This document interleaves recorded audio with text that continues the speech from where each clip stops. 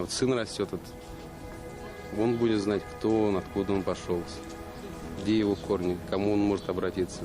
Но я не знаю какие-то годы вообще, потому что, это просто нарезка получается. Тема нашего сегодняшнего разговора наверняка вызовет ваш живейший интерес. Отец был журналистом, но я не помню... я был слишком маленький тогда, я уж ничего не знал, я даже не знал, кто. Если бы меня спросили в садике, кем-то работает твой папа, я такой... А я не знаю, он где-то на телевидении. Потом уже помню, что он был корреспондентом, ведущим очень долгое время. На 43-м году жизни скончался известный журналист Айтуган Мингажитдинов. Ушел из жизни талантливый журналист, телерепортер. В Уфе простились с известным республиканским журналистом Айтуганом Мингажитдиновым. О том, что отца больше нет, сообщали еще не монтажеру телеканала БСТ, а рядовому российской армии Чингизу Мингажитдинову. 2 недели отпуска, а потом вновь на службу. В здание телецентра, где начинал его отец, он попал уже через полгода, почти сразу после демобилизации. Я сюда сходил еще в начальной школе, то есть меня забирали родители, приводили в телецентр, то есть я уже был в телецентре, но я еще не находился в редакции новостей. К сожалению, не передался литературный талант, и поэтому нет, я как-то не рассматривал себя, то есть писать я не умею, к сожалению. Задача видеомонтажера набрать под закадровый голос нужную картинку. Бывает иногда так, что приезжает корреспондент поздно с какой-либо встречи, со съемок, проще говоря. И до эфира остается буквально ничего. То есть, а это нужно еще видеоматериал оцифровать, ждать, пока корреспондент нарежет рыбу, то есть как будет выглядеть сюжет или какая-то информашка. Происходит полный хаос, сумбурная ситуация, все торопятся, все что-то там обсуждают, все что-то нужно подготовить срочно. Остается по времени минут 30-20, может, до эфира. Это может быть первая информация вообще, которая будет в выпуске после анонсов. Это такой... Ребята, будь свободны. Чингис, простите, коллеги, давайте прервемся на 15 минут. Да, давай. Белый дом просит ссылку, вот это надо набрать быстро, очень. Герои нашего сюжета – люди, которые всегда остаются за кадром. Но Наиль Юльгизин не так давно начал совмещать 2 ипостаси – режиссера и блогера.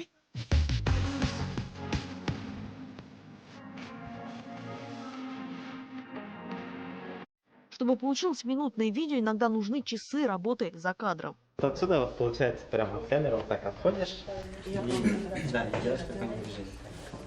Айгуль, ты готова? А я же по отдельности же или вдвоем? Нет, вместе. Да? Вместе, да? Мы банда, мы бригада. Нет, Мы вообще-то вместе хотим. Пару раз снял в деревне вот эти интересные ролики. И их выложил аккаунт всем известный в Башкирии. И вот все начали там мне говорить, у тебя классный ролик, залетел. И это меня как-то еще больше вдохновило и начал больше снимать. На работе попробовал снять. Тоже вот люди говорят, у тебя интересно выходит, продолжай в том же духе. У меня как вообще идеи приходят? Я просто хожу дома, не знаю, лежу, сплю, ночью просыпаюсь, и у меня какая-то идея есть, потом с утра вспоминаю про это и думаю, вот надо снять этот ролик и все. Но с рождением дочки времени на видео стало меньше, зато подрастает еще одна героиня роликов. С детства я снимал видео всякие, и в школе я даже монтировал всякие приколюшки. Но я вообще даже подумать не мог, что есть такая профессия, не знаю, монтажер или режиссер. Такого вообще даже не мог подумать, что есть такая профессия. В детстве я, может, мечтал о том, что я буду актером, как Джеки Чан. Но судьба распорядилась иначе. До телевизионной жизни Наиль успел поработать и грузчиком, и курьером. Собирался уже уехать на заработки на север, но все изменил случай. Короче, решил погуглить вообще, кто я такой. Я вбил по гороскопу, кто я, год. 7-8 сайтов посетил, и там везде список профессий пишет, куда я больше подхожу. И везде в одинаковых была профессия режиссера. Главный режиссер БСТ на то время Юнир Аминев. И вот меня брат с ним знакомит, вот он говорит, это мой одноклассник. И тогда я вспомнил, что у меня там в профессиях было написано режиссер, творческая личность. Я думаю, может это шанс. Все, второе, внимание, 30 секунд. Делаю вид, что я режиссер. Начав здесь работать, я понял, что вот она, то, что мне нравится. И здесь на БСТ, получается, я всему научился, потому что мне это все нравилось. Инженеры ОТК проверяют все поступившие на эфирный сервер передачи на предмет отклонений по звуку, по изображению, предэфирный контроль. Это небольшая комната, где умещаются десятки экранов, что-то вроде наблюдательного пункта. Лина Борисовна работает в телецентре почти 30 лет. Она, можно сказать, профессиональный телезритель. Перед эфиром программы сначала должна увидеть она. Бывает, это происходит за минуты до выхода. Передача «Динамон». То есть она тут же записывалась, тут же сбрасывалась и монтировалась. И буквально эту передачу нарезали по 5-10 минут. 5 минут мы просматриваем, она идет в эфир. 5 минут просматривает, она идет в эфир. Вот так вот, просто в режиме нон-стоп шла вот так вот. Все на нервах. А если брак? А передача уже идет, и вот сейчас вот один кусок уже прошел, второй еще не проверен, и все это вот так вот в таком режиме. Десятки лет работы накладывают свой отпечаток. Когда смотришь дома, ты уже смотришь не как просто обыватель. Если ты какой-то брак увидел, ты уже реагируешь совсем по-другому. Потом приходишь в себя, что это же не на работе, и это не наш канал. И как ты уже это успокаиваешься. Миллионы часов просмотренного видео выливаются в проблемы со зрением. Почти все сотрудники отдела УТК носят очки. В конце рабочего дня узнать их можно по красным глазам. Но эти мониторы у нас используются для эфирного контроля. То есть от разных операторов связи наш канал транслируется, идет вещание от разных операторов связи. То есть мы мониторим, помимо предэфирного контроля, мы еще ведем эфирный контроль. А вы как одновременно на все экраны смотрите? Ну, мы находимся на расстоянии, поэтому издалека эти мониторы как-то выглядят кучнее, поэтому все видно. Отлично.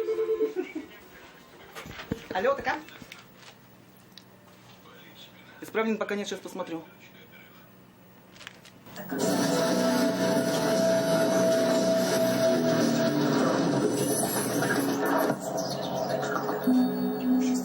Все нормально? Все нормально. Суфлер видишь? Суфлер? Вижу, да. Все отлично. Там мужчины просто не выдерживают вот этого накала. Там, ну, я не знаю, вот у нас были какие-то стажеры, мальчики приходили, но они так быстро исчезали с горизонта, а вот девушки остаются. Здесь же не всегда спокойные эфиры, бывают очень такие, где накал страстей, надо как-то спокойно себя держать в руках. И вот, мне кажется, это им сложно. Здесь и вправду всегда женская команда. Редакторы, режиссеры, звукачи, ассистенты. Фуруза Фатхулина работает над передачами «Красная кнопка» и «Телецентр». Она разрабатывает темы, ищет гостей, экспертов, пишет сценарии. Это ее подсказки в наушнике слышат ведущие. Программы идут в прямом эфире, так что права на ошибку у них нет. И иногда у нас бывают вот такие эмоциональные эфиры, когда ведущим в кадре надо держаться и не заплакать. Иногда я вижу, что вот, уже слеза катится, режиссер все это берет, конечно же, в кадр, но ведущий же не может все время плакать. И мы здесь иногда порыдать можем. Бывает такое. Вот, у нас же никто не видит. В такие моменты вот плюс в том, что ты там плачешь, рыдаешь, работаешь дальше, а вот ведущим-то надо держаться. 7 минут до рекламы, Алия. Успей там вот этих троих прошерстить, сейчас поменяем их. Были случаи, когда, например, был прямой эфир телецентра, ведущим был Азамат Аль-Мухаметов. У нас в студии были дольщики микрорайона Солнечный. У них было так много вопросов, на которые моментально никто не мог ответить. И как-то вот они, видимо, накрутили друг друга. В какой-то момент они начали очень жестко ругаться между собой. Все просто спрыгнули, там были высокие этажерки, они спрыгнули уже в центр, начали чуть ли не драться, кто-то начал замахиваться на ведущего. Надо было видеть, как Азамат Гибатович сохранял просто абсолютное спокойствие. Мы, журналисты редакции новостей, знаем Файрузу как человека с волшебной записной книжкой, наш личный справочник «Желтые страницы». Но мне действительно телефон не выдерживает, компьютер 2 раза вылетал, поэтому я сейчас не доверяю. Да, у меня столько блокнотов, которые я периодически листаю с бешеной скоростью. Главное для меня понять, в каком блокноте что ищу. Еще очень быстро отвлекаюсь. О, это же есть еще. О, вот этот человек есть. Надеюсь, наши гости сегодня помогут разобраться в этом непростом вопросе покупка жилья с помощью ипотеки. У нас в студии Фануза Калимуллина. Инженеры, откройте, пожалуйста, на третьей камере диафрагму.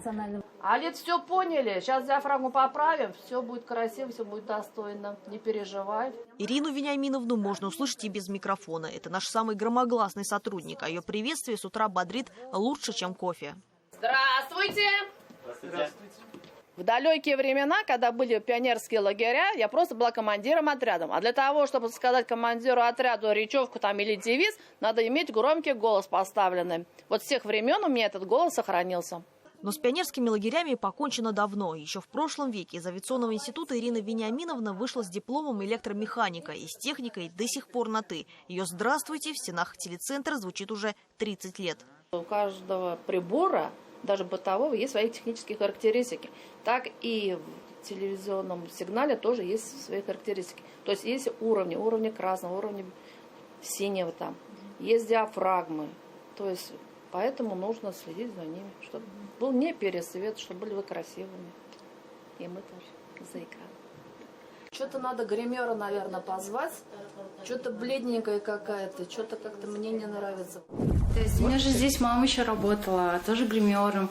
Я сюда приходила еще такой вообще ребенком. И многих, кстати, ведущих здесь тоже уже знала, будучи, когда сюда пришла. К примеру, всеми известную Флюру Мурзину гримировало 2 поколения Наумовых. Оля и ее мама. Время для телевизионных гримеров важно не меньше, чем красота. Иногда за день приходится готовить к эфиру по 60-70 человек. Бывает и такое, что на грим остается несколько минут. Это был ведущий, да.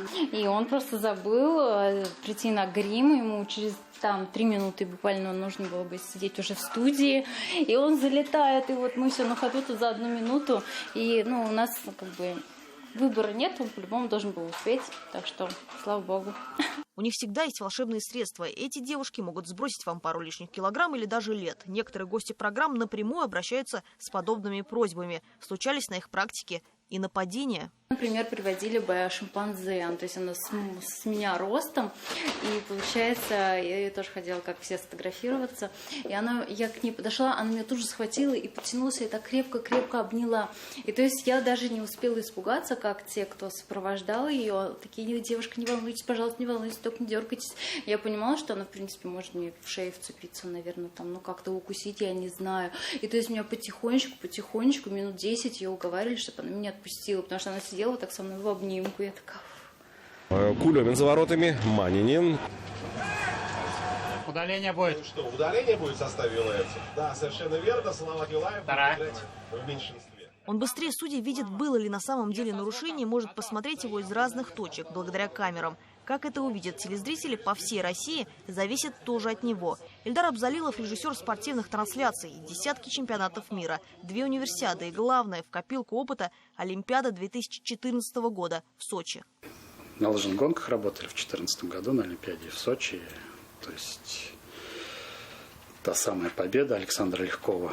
К последнему дню лыжная сборная России не выиграла ни одной золотой медали, а последний день, это был как раз гонка на 50 километров, закрытие Олимпиады вечером, с утра гонка. И наши 3 спортсмена занимают 1, 2, 3 место. ПТС просто стоит на ушах, вся трясется, все прыгают.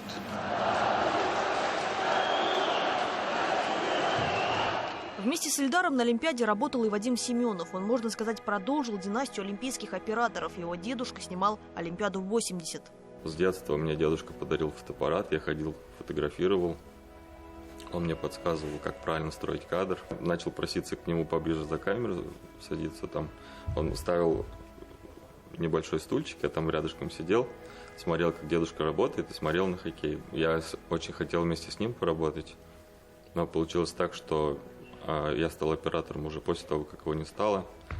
Дедушка был главным оператором, и я с детства ходил на съемки на различные. Не видел себя нигде, кроме как за камерой. 18:30, да, как правило, где-то минут 12, 11-12. У них не то что каждая минута, а каждая секунда на счету. Еще один невидимый для зрителей, но важный отдел телеканала, отдел выпуска. Они составляют сетку вещания, делают так, чтобы уместились все. Это к ним бегут телевизионщики, когда хотят попросить лишнюю минуту эфира. Когда бывают экстренные эфиры, то приходится переделывать всю сетку, всю программу, все переделывать, переставлять.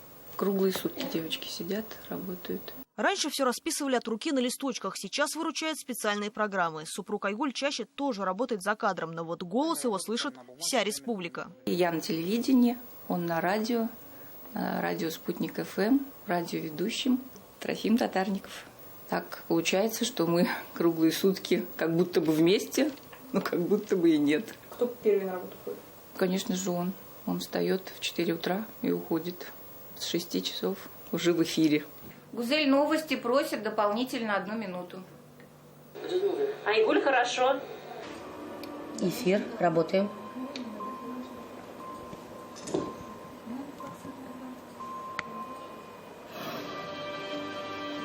А это уже конечная точка. После съемок, редактуры, монтажа и проверок материал поступает в КРА, коммутационно-распределительную аппаратную. Это последняя кнопка, если вот так объяснить зрителям. То есть это коммутационная аппаратная, откуда производится, куда точнее стекаются все сигналы и откуда производится непосредственно выход основного сигнала вот уже в каждый дом. Репортаж, который вы сейчас видите, поступает в ваши телевизоры как раз отсюда. Именно эти сотрудники подают сигнал. Над каждым проектом работают десятки человек, которых обычно не видно. Мы не смогли показать в этом репортаже половины тех, кто трудится на телеканале. Это и водители, осветители, технари, интернет-отдел. Больше времени я потратила не на сам процесс съемок, а на уговоры коллег сняться в этом репортаже. Так уж получилось, что, работая на телевидении, сами они не стремятся попасть на экраны. Но от каждого мы попытались получить ответ на один вопрос. Что же для них значат эти 3 буквы? БСТ. Это мой второй дом. Я все-таки скажу супер. Потому что я считаю, что мы делаем просто гигантскую работу. Поверьте, не во всех регионах такой телеканал. БСТ. Оно вот БСТ. Одни слова. БСТ. Такое теплое свое семья.